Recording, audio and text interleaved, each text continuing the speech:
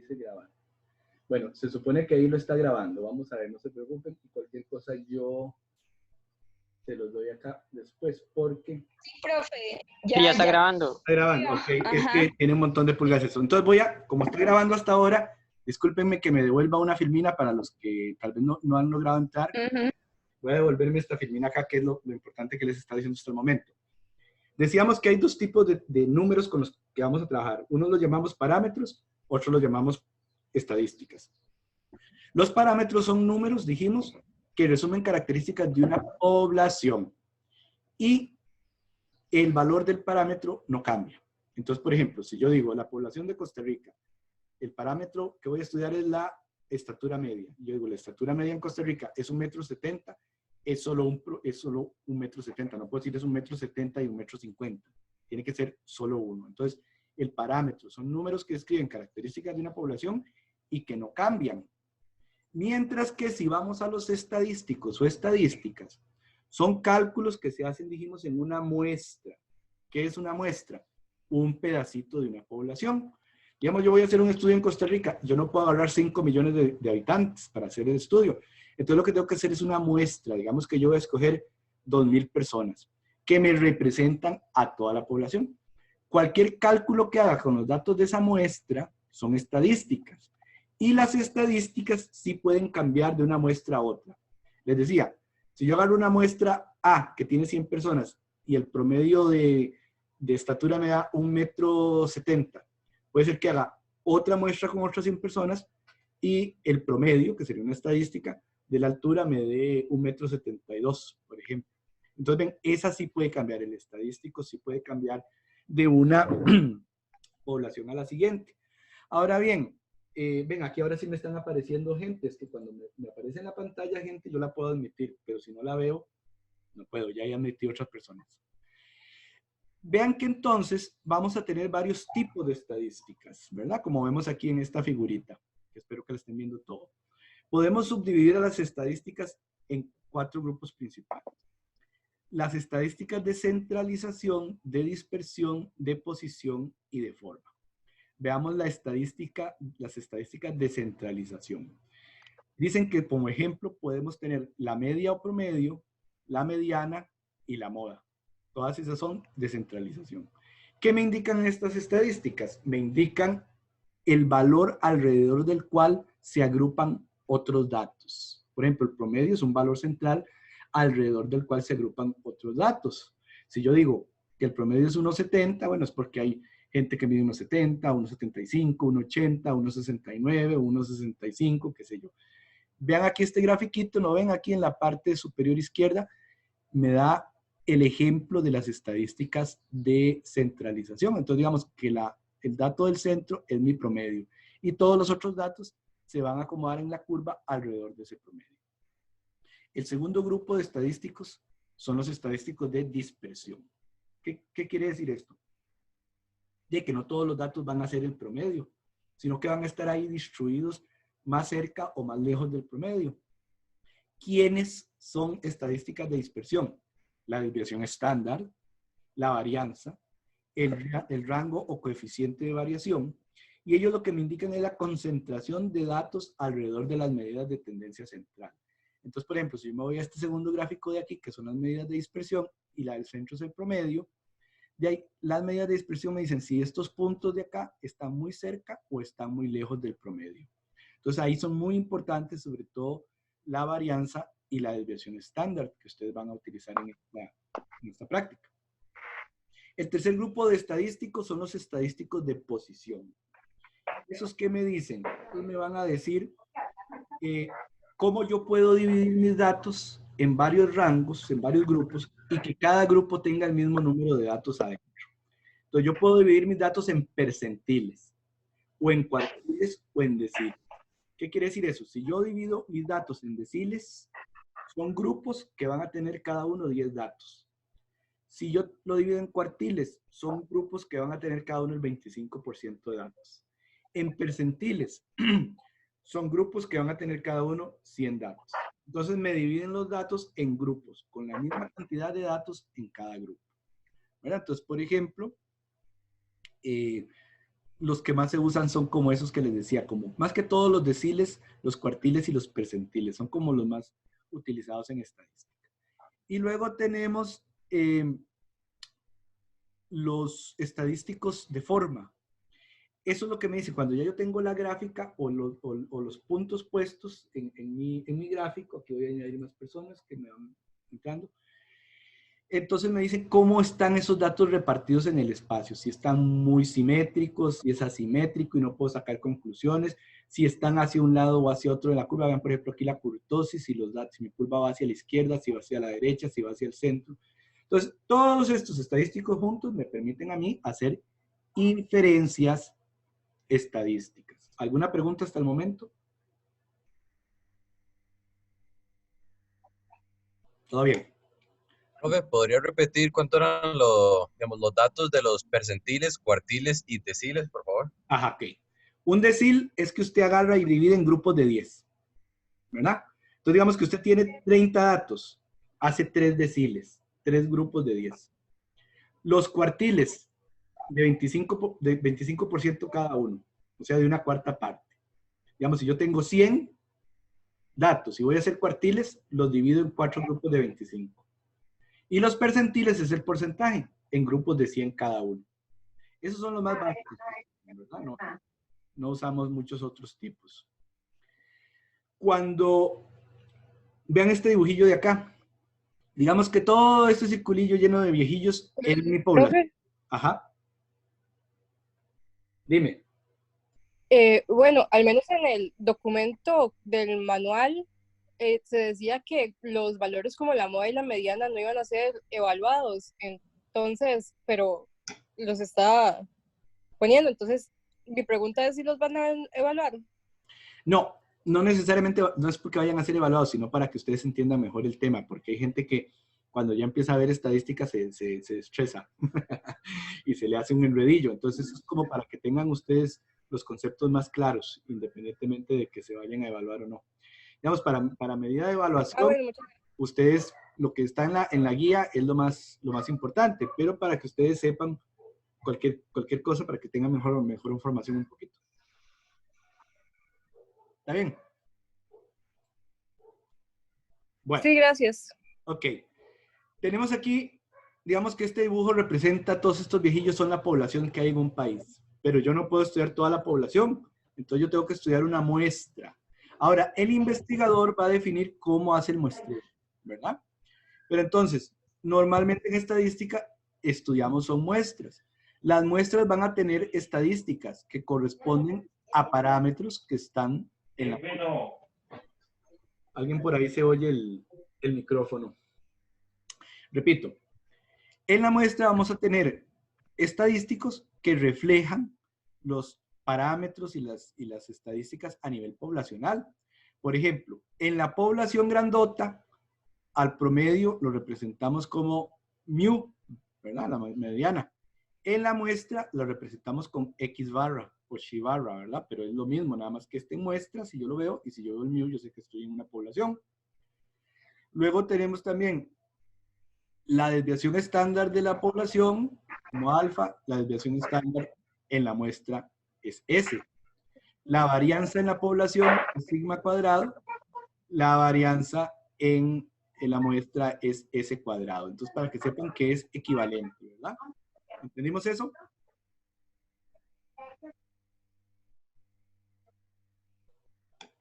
Bueno, esperamos que sí. Entonces, repito, a nivel de la población, por ejemplo, la medida principal de tendencia central es la media, mu. ¿Qué es el promedio? Sumar todos los datos que yo tengo y dividido entre el número de esos datos, como ustedes saben. En la muestra, el promedio ya no lo representamos mu, sino lo representamos Xi o X barra, pero en realidad el concepto es el mismo. A nivel de la varianza y la desviación estándar son estadísticos muy importantes porque nos dicen qué tanto se acercan o se alejan los datos del promedio. Tenemos que la varianza poblacional la vamos a representar con sigma cuadrado y la varianza de la muestra con S cuadrado. Vean que aquí tenemos la formulita, ¿verdad? que en realidad es una resta del dato que yo obtengo, según el promedio, y lo divido entre n. N es el número, el tamaño de la muestra. Utilizamos muchísimo la desviación estándar. ¿Y qué es la desviación estándar? Es lo mismo, nada más que es la raíz cuadrada de la varianza. Vean, aquí estoy admitiendo gente. Si a veces me interrumpo, perdón, pero es que tengo que estar admitiendo gente. Vean que en realidad, varianza de la población es sigma cuadrado. ¿Qué es la desviación estándar de la población? La raíz cuadrada de sigma cuadrado. Sacamos la raíz cuadrada de esto y me da la desviación estándar. La varianza de la muestra es S cuadrado. La desviación estándar de la muestra es la raíz cuadrada de S cuadrado. Entonces, repito, las desviaciones estándar son simplemente la raíz cuadrada de las varianzas. La desviación estándar de la población es sigma. La desviación estándar de la muestra es S. Aquí ocupo que me digan si entendimos eso. Sí. Perfecto. Sí, profe. Qué bien. De todas maneras, ahí les queda la filmina, ¿verdad? Entonces, ven, por ejemplo, yo no sé si a la hora de que leen la guía les queda tan claro. Por eso es que prefiero explicarles un poquito más. Y ahí tenemos el mismo tema. En la población, sigma, en la muestra S. Y entonces, en la práctica, ustedes lo que van a estar haciendo es calculando de una serie de datos que les va a generar ahí un simulador que ahorita vamos a ver, calculando, restando del promedio el dato que usted obtiene, ¿verdad? Vean que aquí tengo un dato que yo obtuve al azar. Aquí tengo el promedio de la población. Esta columna X sub I menos X es el dato que obtuve menos el promedio. Entonces, 83 menos 80.2 me da 2.8. Y al final, en la última columna, a esto que yo tengo aquí, lo elevo al cuadrado para poder trabajar con estos datos. Bueno, eso no se estresen para nada, porque ahí en la guía del informe de laboratorio, ahí viene paso por paso eso que tienen que hacer, que no es nada difícil. Como parte de la práctica, tienen que elaborar dos grafiquillos, ¿verdad? Uno como de barras con la desviación estándar. Ustedes ven estas barritas de arriba, estos palitos, son la desviación estándar. La que me dice, por ejemplo, vean este último de acá.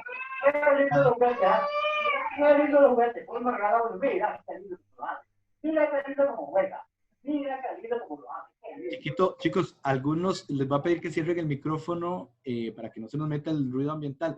Cuando alguien va a hablar, abre su micrófono. Pero mientras no están hablando, por favor lo tienen cerradito para que no se nos cole el sonido ambiental de cada uno, porque si no se nos hace terrible, ¿verdad? Vean este gráfico, por ejemplo, este último de acá que estoy señalando. La desviación estándar es enorme. ¿Qué quiere decir eso? Que los datos están muy dispersos, muy lejos del promedio.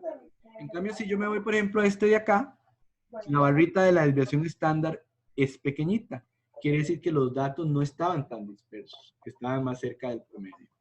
Bueno, en Excel, uno así que hace el gráfico, nada más le pide que le agregue las barras de error y ahí le sale la desviación estándar. También les van a pedir que hagan un gráfico como tipo histograma, ¿verdad? Que lo llamamos histograma, pero es un gráfico de barras que me va a representar una distribución de datos. Por ejemplo, vean este de aquí. Dice que yo estaba tirando la moneda 10 veces y contaba cuántas veces en cada oportunidad me salía escudo. Entonces yo la tiraba 10 veces, hice eso 10 veces. O sea, 10 por 10 hice 100 tiradas. Entonces dice que en la primera vez, como un 1% me salió escudo. En la segunda vez, como un 2%. En la tercera vez, como un 12% de las veces me salió escudo. En la sexta vez, como un 24% de las veces me salió escudo. Ven, entonces yo estoy representando, ¿verdad? Cómo las frecuencias están distribuidas en cada experimento que yo hice. Lo que se quiere con esta práctica, muchachos, no es tanto que el gráfico me salió excelente. ¿No? Lo que se quiere es que ustedes aprendan a hacer gráficos y sobre todo a entenderlos, a ver qué es la información que me está dando un gráfico. Este gráfico en particular me está diciendo cuántas veces de cada tirada de 10, qué porcentaje de veces salió escudo. ¿Verdad? Eso es lo que me está diciendo. Me lo está haciendo una distribución de frecuencias. Lo mismo acá. Aquí, ¿qué están midiendo? Las notas. Bueno, por ejemplo, que las notas que quedaron de 51 a 60 fueron el 20% de las notas. Que un 5% de las notas estuvieron entre 91 y 100. Entonces, de nuevo, este histograma me está distribuyendo las frecuencias. Cuando yo hago una distribución de datos y me sale esta campana que ustedes ven aquí, casi perfecta o perfecta, se llama distribución normal. ¿Qué es una curva normal? A mí se me presenta una curva normal si yo dentro de los datos de la muestra tengo absolutamente todos los tipos de datos, desde los más extremos hasta los más comunes. Y entonces cuando yo hago la gráfica, si me sale una campana así, yo digo, bueno, son posibles todos los datos, entonces esto es una distribución normal. Pongamos un ejemplo de la vida real. Vean aquí esta fotografía. Los seres humanos vamos desde el promedio, que todavía sigue siendo como unos 70, hasta gente muy pequeñita, ¿verdad? Hasta gente enorme que mide sus 2 metros o más, 1,80, 1,90, qué sé yo. ¿Qué pasa? Que los dos extremos son menos comunes. Hay mucho menos personas que tienen una estatura muy pequeña y mucho menos personas que tienen una estatura muy grande. La gran mayoría estamos aquí en el centro. Entonces, podemos hacer esta gráfica y nos queda así y decimos que la altitud humana tiene distribución normal. Es decir, son posibles todos mis datos, incluyendo los extremos. Eso es lo que significa una curva de distribución normal. ¿Alguna pregunta antes de seguir?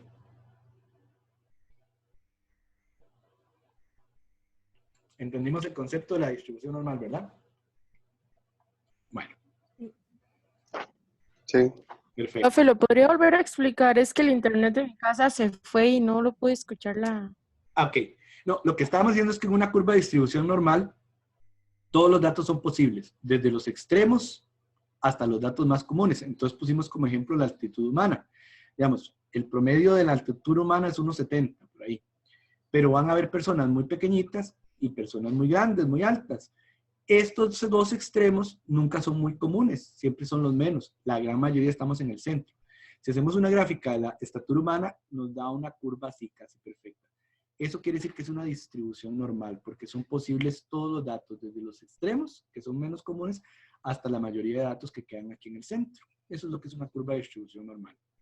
Ahora bien, la vez pasada, en la clase anterior, hablábamos de... Ok, gracias, profe. Con mucho gusto. Hablábamos de las hipótesis, cómo planteábamos hipótesis. Bueno, aquí aumentamos un poquito el concepto con que normalmente trabajamos con 2 tipos de hipótesis. Hay una hipótesis que es la hipótesis de trabajo mía. Digamos, yo estoy diciendo, ¿se acuerdan que vimos que los grillos cantaban más cuando había más temperatura porque había menos depredadores, por ejemplo? Esa es la hipótesis de trabajo mía. Pero aparte de mi hipótesis, yo siempre debo plantear una hipótesis que la vamos a llamar hipótesis nula. ¿Cómo funciona esto? Funciona así. La hipótesis nula o H sub 0 es una hipótesis aburrida, porque me dice que nada pasa, que lo que yo estoy estudiando no ocurre. Por ejemplo, hipótesis nula. Las 2 medias o promedios son iguales. Digamos que yo tengo 2 muestras que estoy viendo la media. Las 2 medias son iguales y por lo tanto significa que no hay efecto o no hay fenómeno. Entonces, es la hipótesis aburrida, la hipótesis nula. La hipótesis divertida sería H sub 1, también en algunos libros de estadística aparece como H sub A. Dice que las medias no son iguales. Y como no son iguales, sí se da el efecto o sí se da el fenómeno.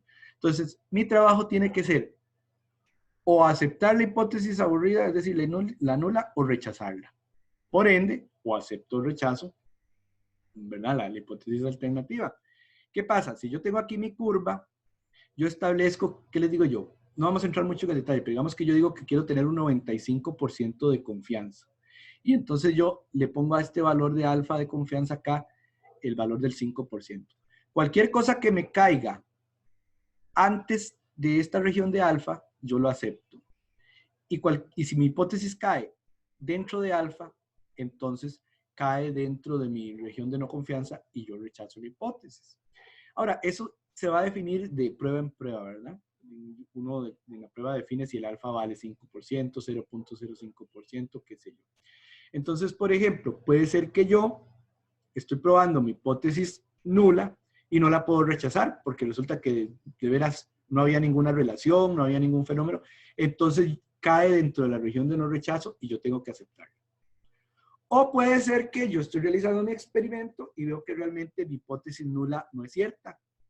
Cae dentro de la región de rechazo y yo la rechazo porque es falsa. Ahora, eso no es lo difícil. Lo difícil es que hay que tomar en cuenta también que se pueden cometer errores. Y hay dos tipos de errores principales, que por cierto ahí se los definen en la guía. Por ejemplo, puede pasar que mi hipótesis nula es verdadera. ¿Ok? Ven aquí abajo este cuadrito. Hipótesis nula es verdadera. Si yo no la rechazo, estoy haciendo la decisión correcta. No hay error. La hipótesis nula es verdadera, no la rechazo, no hay error, decisión correcta. Pero, si mi hipótesis nula es verdadera y yo con mis cálculos o algo así me equivoqué y la rechazo, estoy cometiendo un error de tipo 1. Y el error de tipo 1 lo llamamos alfa, que sería aquí. Por ejemplo, yo no tenía que rechazar la hipótesis nula, pero fallé en mis cálculos y los datos me dieron aquí. Y la rechacé siendo verdadera. Entonces estoy cometiendo el error de tipo 1 o alfa. Se puede dar también que la hipótesis nula es falsa. Si la hipótesis nula es falsa y yo la rechazo, no estoy cometiendo ningún error. Es la decisión verdadera, porque la rechacé. Pero si mi hipótesis nula es falsa y yo no la rechazo, entonces estoy cometiendo un error. Y ese error se llama error de tipo 2 o beta. Véanlo acá. Yo tenía que rechazar la hipótesis nula, pero mis datos me fallaron, caí en la región de donde no tenía que caer y entonces no la rechazo, sino, no, sí la puedo aceptar porque no la rechazo y eso es un error de tipo beta. Ok, las fórmulas de los errores tipo alfa y tipo beta son un poquillo complicadas y pues no las vamos a ver aquí. Pero sí que sepamos que, aún siendo cuidadosos, hay que tratar de tener el mayor índice de confiabilidad o coeficiente de confiabilidad alfa para que la posibilidad de cometer el error tipo 1 alfa o el error tipo 2 beta sea lo más pequeña posible. Pero entonces, volviendo en términos generales, tenemos dos, cuando estamos trabajando con hipótesis, la hipótesis nula me dice que las dos medias son iguales y por lo tanto no se da el fenómeno que estoy estudiando. Y la hipótesis de trabajo o hipótesis alternativa me dice que las dos medias son distintas y que por lo tanto sí se da el fenómeno que yo estoy estudiando. Bien, en el trabajo de esta semana lo que van a tener que hacer es trabajar con unos datillos ahí y hacer gráficos y cuadros. Reglas para los cuadros. Todos los valores de una misma variable deben ser leídos en una sola columna. Ensayo 1, ensayo 2, ensayo 3. Solo se incluyen los datos que sean útiles. Los encabezados de cada columna pueden incluir las unidades de medición. Digamos que yo digo aquí, variable dependiente, temperatura en grados Fahrenheit. Entonces pongo ahí la unidad de medición. Los cuadros son numerados consecutivamente en el informe. Cuadro 1, taca, taca, taca. Cuadro 2, tal, tal, tal cosa. El título de los cuadros va en la parte de arriba. Debe ser claro y conciso. Lo más descriptivo posible para entender el experimento. Por ejemplo, efecto de el pH en la actividad enzimológica, por decir un ejemplo, ¿verdad? Y no deben ser repetitivos respecto a la figura. Es decir, si yo voy a hacer un gráfico muy claro y aparte voy a poner la tabla de ese gráfico con todos los datos que ya se ven en el gráfico, es repetitivo y me está ocupando espacio. O pongo la gráfica o pongo el cuadro, el que mejor me sirva para que la gente me entienda. ¿Verdad? Entonces, me avisan si hay alguien ahí a la espera porque yo la verdad no sé. No, ahorita ya no me volvió a aparecer nadie. Bueno. Las figuras se enumeran abajo también se numera, perdón, se titulan abajo y también son numeradas. La leyenda de la figura va abajo, en el cuadro va arriba, en la figura va abajo. La leyenda también debe ser clara y concisa. Si la figura es un gráfico, tienen que ir rotulados los ejes, porque yo no sé de qué me están hablando si no van rotulados.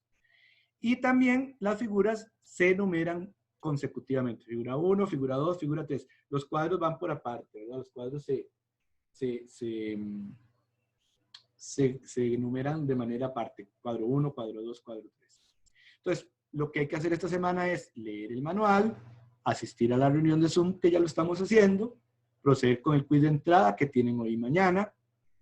Recuerden que vence mañana a la medianoche. Entonces pueden hacerlo hoy y mañana. Glosario grupal, práctica y reporte, y después hacen que también es grupal, y la actividad post-laboratorio. Esta semana lo que van a hacer es trabajar con un simulador que ya ahorita vamos a ver, que es este que está aquí. Ahorita lo vemos un poquito. Van a generar sus tablas, ¿verdad? Ahí en Excel, sus gráficas, y entonces esas tablas y gráficas las presentan ahí en su informe.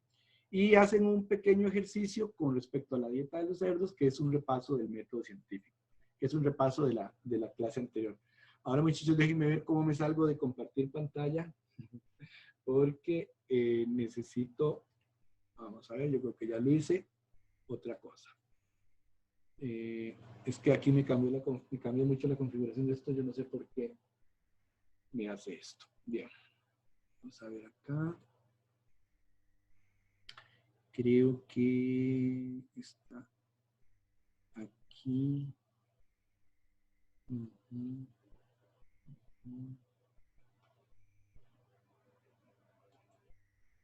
Ok. ¿Ustedes están viendo ahí? ¿Qué están viendo en este momento, muchachos?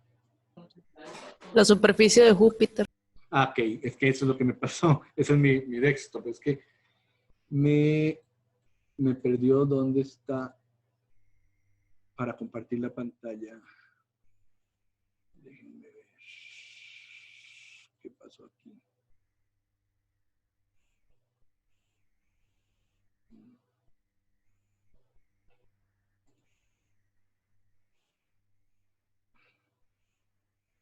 Lo que quiero es, ustedes ahí en el entorno virtual, ¿ustedes ya entraron al entorno virtual de esta semana, muchachos? Sí, profe. Ok. Por mientras encuentro eso, porque es que me sacó de la... Sí los oigo, pero me sacó de la reunión. No sé qué aconteció aquí. O sea, no puedo compartirles la pantalla. El punto es que si ustedes se van al final de esta semana, yo les puse ahí unas plantillas. Les puse, pueden utilizar estas plantillas. Está la plantilla para poner los datos de Excel y las plantillas para... ir apuntando esos datos y para hacer los gráficos. Entonces, ustedes lo único que tendrían que hacer es bajarse ese Excel, llenan los datos y ponen sus propios datos y con ellos generan el gráfico.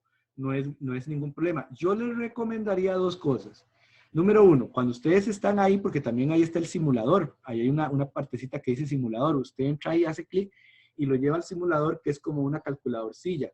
Eso era lo que yo les quería enseñar ahorita, pero no estoy pudiendo. Y entonces usted pone ahí sus datos. Cada vez que repite el experimento, le vuelve a dar una pestaña que dice Generate, generar, y le vuelve a dar datos nuevos. Profe, disculpe, si quiere, bueno, es que yo iba a compartir la pantalla para que usted lo viera, pero igual no lo puedo compartir porque se supone que usted ya lo está compartiendo. Sí, y lo raro es que no estoy viendo no puedo subir en la pantalla, no lo veo, es extraño. Bueno, la cuestión, ahorita a ver si lo puedo hacer, no se preocupen, ahorita nada más pónganme cuidado. Mientras, lo que yo les iba a recomendar es que cuando usted se mete al simulador y ya genera los datos de un experimento, le tomen la foto con el celular para que no se les borre, porque la otra opción es que usted los genere y los ponga a mano, imprima la tablilla y los ponga a mano para que no se le vayan a borrar. Pero yo les recomendaría que le tomen foto en el celular y así les queda, ¿verdad? De una vez. Otra recomendación, como hay que hacer gráficos y tablas, y ustedes son 3 o 4 compañeros por grupo, la recomendación que yo les haría es que todos hagan el gráfico, todos hagan la tabla y por WhatsApp se pasen la foto a ver si les quedó igual. Y si ya están seguros, sí nos quedó igual, nos quedó más bonito, qué sé yo, ya deciden ponerlo en cuál ponen en el informe. Porque si no puede haber personas que se atienen a que Susana haga todo, que Susana haga todos los gráficos y no hacen nada, ¿verdad?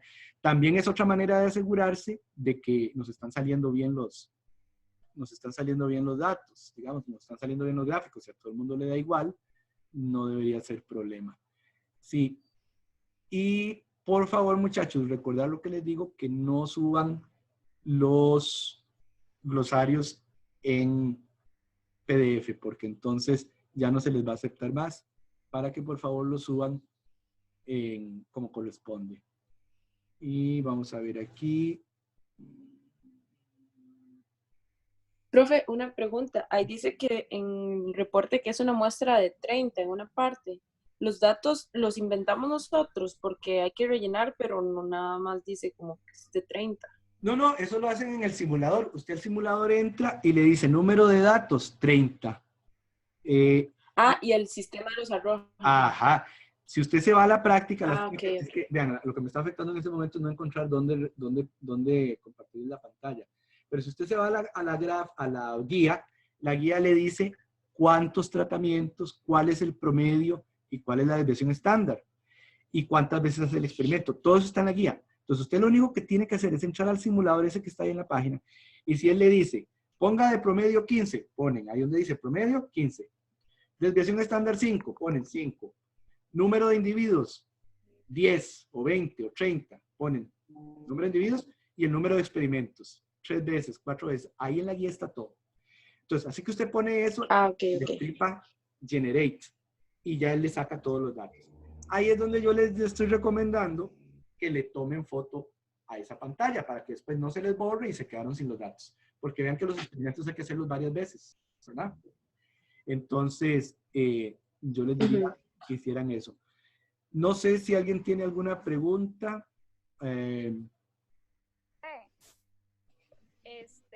No hay caso de estudio individual esta semana. No. Que se hacía también. Okay. No, está nada más lo que es que yo creo que les pusieron el ejercicio de los chanchitos al final, entonces ya era como muy largo. Entonces es lo que está ahí. Entonces el PostLab no hay. Déjeme ver, porque sí hay, eso siempre sí hay. PostLab sí hay, lo que no vi en el entorno fue caso de estudio individual, que solo habían 2 días también para hacerlo, junto con el quiz, fue lo que hicimos la semana pasada. Ajá, ya estoy en el entorno, es que, como les digo, no sé por qué no se los puedo poner, pero vean, ahí lo que hay es, prepárate para el laboratorio, el quiz del método científico, los términos del glosario, ¿verdad? Para que se metan y pongan el glosario. Hay una partecita que dice simulación, ahí es donde ustedes entran y hacen clic y los lleva al simulador, que es muy sencillo. Es como si ustedes estuvieran poniéndole números a una calculadora. Lo único que tienen que saber es que para generar los datos ponen generate, pero todo está explicado en la guía. El que no entienda cualquier cosa, se lee la guía. Ahí está absolutamente todo el procedimiento. No hay dónde caer a dudas. Yo les iba a hacer un ejemplo aquí, pero es que de ahí, no sé qué le pasó, eso se me desconfiguró. Luego dice el reporte. Ahí está la guía. Pues hay que hacer el reporte. Después hay que hacer el PostLab. Ahí está. Y después sigue. A lo último yo les puse plantillas. Está la plantilla para poner los datos, la plantilla para hacer el gráfico de las frecuencias y la plantilla para hacer el gráfico de los chanchitos. ¿Qué es lo único que tienen que hacer ustedes? Generar los datos, escribirlos en la tablita, hacer la tabla con los calculillos que vienen ahí y pasar esos datos ya con su desviación y todo eso, y sus promedios, a las plantillas de los gráficos y generar sus gráficos. O sea, no es nada del otro mundo, ni mucho menos, ¿verdad? Así que no es de estrés. No sé si alguien tiene, ahora sí, preguntas como de alguna cosa. Me imagino que por ahí en la reunión están Diana y Diego y Andrés y todos los demás, por si también tienen. Recuerden también que tienen el foro de preguntas, ¿verdad? En la página. No sé si alguno tiene alguna pregunta. Recuerden leerse la guía por paso. Ajá. Profe. Díganme. Bueno, bueno, me queda hablar primero la compañera, no hay problema, perdón. Ajá, una pregunta. ¿La pizarra ya sirve? Es que a mí no me funciona todavía. Yo reporté eso y me dijeron que ya estaba sirviendo. ¿Qué es lo que no has podido tener? Digamos, es que a mí ni siquiera me deja entrar, me dice error 404. Qué raro, si usted quiere me escribe. Profe, Ajá. Eso es por usar el link. Voto. Sí, porque yo la semana pasada no pude ingresar y un día de estos lo busqué ya en mediación 1 y me apareció y me matriculé todo bien. Lo que sí es que no me aparece la info, o sea, no me aparece, o no sé si es que no hay, pero no me aparece como la materia, digamos. Pero a mí sí ya me funcionó. Creo que no hay a información porque a mí- mí tampoco me aparece. A mí en mediación uno no, o sea, no me aparece nada, o sea, solo me aparecen 2 cursos de otra cosa, no me aparece lab de biolo. Y cuando me meto al 2 y trato de matricular la pizarra, tampoco me funciona y no me deja. Ok, La pizarra solo está en 1, ¿no? El laboratorio a mí uno. me aparecen 2. Yo no sé, movieron todo para todo lado. Una cosa, entonces, Bueno, ¿varios de ustedes tienen problemas con la pizarra para volver a reportar eso? Yo sí. Ok. ¿Puedo interrumpir chiquillos, un momento, profesor, para explicarles un poco eso de la situación de la pizarra? Claro. Para que quede como que claro en planteamiento general, la pizarra va a tener un link de acceso único y exclusivo, que es el link número 1. En el link número 2 están todos sus demás entornos virtuales, es decir, todos los cursos que hayan matriculado para este semestre.